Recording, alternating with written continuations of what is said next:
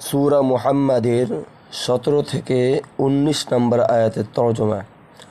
والذين اهتدوا زادهم هدى وآتاهم تقواهم।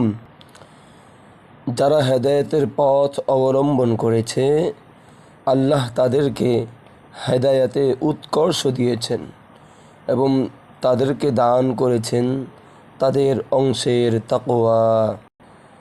فهل ينظرون إلا الساعة أن تأتيهم بغتة فقد جاء أشراطها فأنى لهم إذا جاءتهم ذكراهم।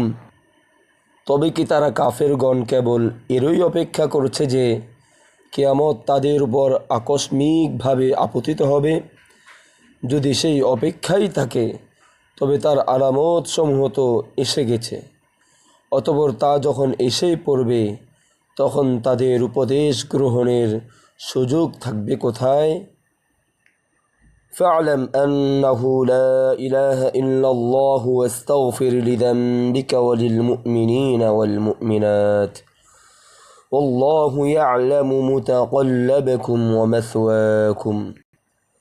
সুতরাং হে রাসূল, নিশ্চিতভাবে জেনে রেখো আল্লাহ ছাড়া ইবাদতের উপযুক্ত আর কেউ নেই।